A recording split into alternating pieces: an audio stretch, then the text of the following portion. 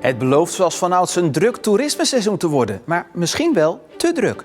Als er heel veel Nederlanders interesse hebben en heel veel Duitsers interesse, dan wordt het 2 keer zo druk. Maar we hebben een bepaalde capaciteit, dan is vol is een keer vol. En verder vandaag. Goes wil onderzoek naar vervuiling. En Geert-Jan krijgt een bijzondere onderscheiding.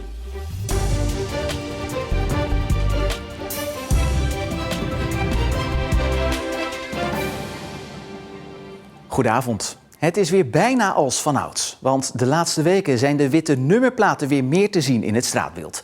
Het teken dat het toerismeseizoen weer op het punt van beginnen staat.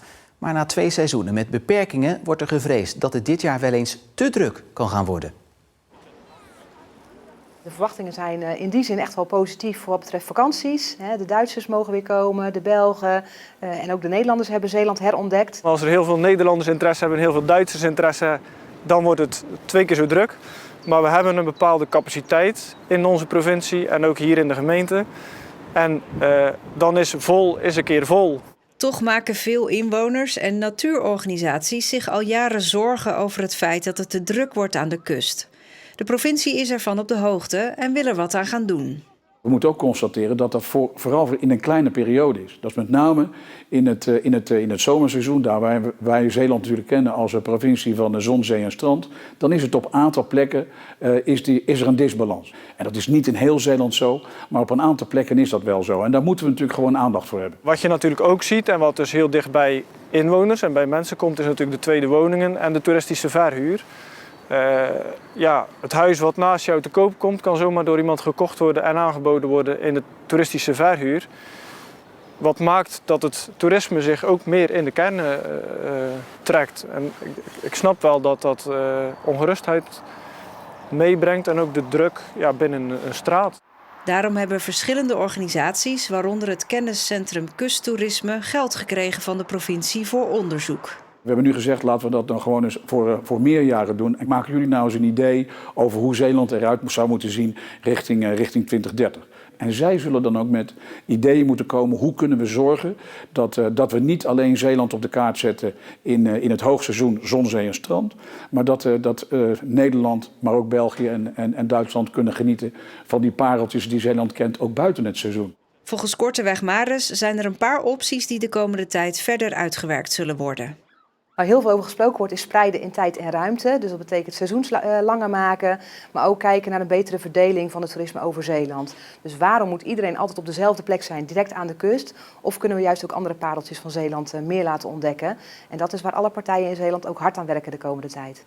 Alle partijen zijn het er wel over eens dat de toeristische sector erg belangrijk is voor de Zeeuwse economie. Door de economische spin-off kun je bijvoorbeeld 4 supermarkten houden in Oostburg. Je ziet het natuurlijk ook terug in Zorgzaam. Huisartsenposten op verschillende locaties. Laten we eerlijk wezen, het voorzieningenniveau in Zeeland wordt in belangrijke mate voorzien door de toeristische sector. Dus we moeten echt zorgen voor die balans.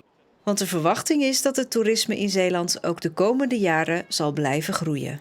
Ik denk dat de grote uitdaging voor ons is om met elkaar een manier te vinden waarop dat past bij Zeeland. Ik denk dat we daar zuinig op moeten zijn, zuinig op moeten blijven, maar tegelijkertijd meegaan moeten met de trends en weten dat Zeeland kent zoveel pareltjes, die moeten we echt voor het voetlicht brengen. De gemeente Goes wil dat de GGD onderzoekt of de grond die is gebruikt onder de afrit Goes-Zuid mogelijk gevaarlijk is voor de volksgezondheid. De thermisch gereinigde grond, oftewel TGG, komt van hetzelfde bedrijf als die van de dijk in Perkpolder. Die grond bleek alsnog vervuild te zijn en dus wordt die verontreiniging gemeten en in de gaten gehouden. In Goes gebeurt dat niet, omdat de regionale uitvoeringsdienst dat niet nodig vindt. Later hebben we dat toch nog een keer indringend gevraagd. Maar ze adviseren ons dat in ons geval niet noodzakelijk is om onderzoek te doen. Het RIVM stelde vorig jaar dat de manier waarop TGG tot nu toe is onderzocht niet toereikend is. Dus roept Goes de hulp van de GGD in. De GGD buigt zich over ook de volksgezondheid. Dus we hebben nu als college besloten om ook de GGD hun expertise te laten inzetten hierop. De GGD gaat nu bekijken of een onderzoek noodzakelijk is. Russische schepen zijn vanaf zondag niet meer welkom in Europese havens. De maatregel werd vorige week al aangekondigd, maar een ingangsdatum was nog niet bekend. Toegangsverbod geldt niet voor alle Russische schepen. Zo mogen schepen met aardgas, aardolie, medische, landbouw- en voedingsproducten nog wel aanmeren. Normaal gezien komen er 5 Russische schepen per week naar de havens van Noordzeepoort. Of die schepen onder de uitzonderingen vallen is niet bekend. Rusland was vorig jaar de belangrijkste handelspartner van Noordzeepoort. En we blijven nog even bij de Russische schepen, want 1 of meerdere schepen die bij Dame Yachting in Vlissingen liggen, zouden onder toezicht staan van de douane. Dat meldt onderzoeksplatform Follow the Money. Dame zou, net als 8 andere scheepsbouwers, werken aan schepen waarvan de eigenaar niet bekend is. Omdat het mogelijk om Russische eigenaren gaat, worden de schepen extra in de gaten gehouden. Sinds de uitbraak van de oorlog in Oekraïne heeft de douane 20 jachten aan de ketting gelegd bij 9 werven en handelaren. Het Vlaams Verkeerscentrum waarschuwt om dit weekend uit de buurt te blijven van de Kennedy-tunnel in Antwerpen. De tunnel is vanaf vanavond tot maandagmorgen dicht in de richting van Breda vanwege werkzaamheden. Er zijn omleidingen ingesteld via onder meer de Liefkenshoektunnel die dit weekend tolvrij zal zijn. Geert-Jan de Maat uit Middelburg heeft de erepenning voor menslievend hulpbetoon in zilver gekregen. Een koninklijke onderscheiding voor dappere daden. Hij kreeg de penning voor het redden van zijn buurvrouw. Die zakte in december vorig jaar in haar eigen tuin in een 4 meter diepe put en werd bedolven onder drijfzand. De Maat sprong zelf in de put en kon haar hoofd boven water houden en redde daarmee haar leven.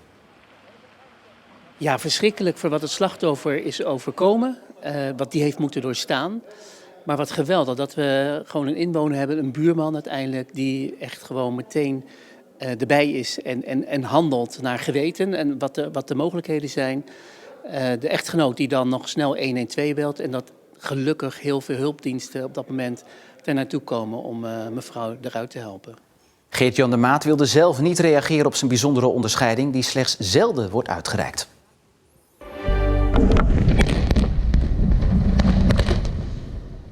Naar aanleiding van de uit de hand gelopen ontploffing van de Middensluis in Terneuzen zijn er 141 schades gemeld. Het gros van de schades is inmiddels ook bekeken. Het gaat om scheuren in muren en stukwerk of gebroken glas. Het aantal meldingen kan nog oplopen, maar ook nog dalen, want in de tussentijd zijn er ook meldingen ingetrokken.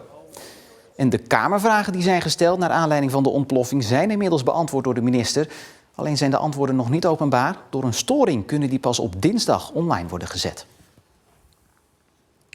Hoe beschermen we de kust tegen de stijgende zeespiegel en wat moet daarvoor nu al gebeuren om een ramp later te voorkomen? Volgens de gebiedscoalitie De Banjaard ligt de oplossing in de natuur zelf. Zij willen dat de voormalige zandplaat De Banjaard voor de kust van Schouwen-Duiveland opnieuw wordt aangelegd. We kunnen bijna Engeland zelfs zien, maar daarvoor ligt De Banjaard. We denken ongeveer op een 20 kilometer hier vandaan, hè? Ongeveer. Iets minder, denk ik. Iets minder, 15 kilometer. Het KNMI verwacht dat het water eind deze eeuw met 1,2 meter is gestegen ten opzichte van het begin van de eeuw. Tijd voor een oplossing, vindt gebiedscoalitie De Banjaard. Want niets doen is volgens hen geen optie. Dat zou kunnen betekenen dat we op een gegeven moment verrast worden door een hogere zeespiegel en dat we dan niet goed voorbereid zijn. Als je niks doet, dan gaat dit gewoon eroderen. En die strandtent die nu nog op palen staat, die staat dan of midden in een zandgebied of midden in het water. Maar als gast kan je er niet meer komen. En daarom zijn wij nu al bezig met de plannen en dus de voorbereidingen, denken wij, van als eind van deze eeuw de voorspellingen uitkomen dat het wel eens een meter hoger zou kunnen worden. En als je daar niet op tijd mee begint, dat weten we ook van de grote werken, zoals de deltawerken, je hebt 30 jaar nodig aan voorbereidingstijd. De oplossing?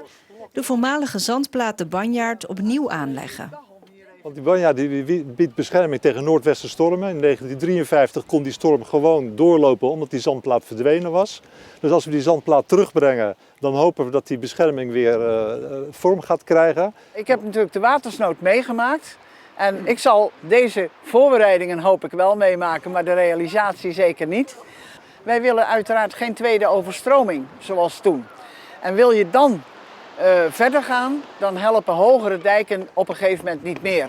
Dus je wil eigenlijk dat van buiten, dus voor de kust, dat daar de verdediging komt te liggen. En ook vooral dat dat meegroeit met de natuur.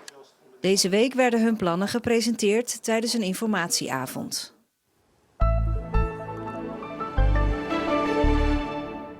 Hier en daar startte de dag mistig, maar dat trok snel weg. Aan zee bleef het nog lang koel met maximaal 14 graden tegen 17 graden in de rest van Zeeland. Morgen wederom een zonnige dag met hooguit wat stapelwolken bij maximaal 18 graden. En de rest van het paasweekend verloopt verder ook zonnig, alleen maandag wat meer bewolking. En tot zover Zeeland Nu voor vandaag. Nog een goede vrijdag. Sorry, moesten maken. Nog een fijne avond, een goed weekend en tot morgen.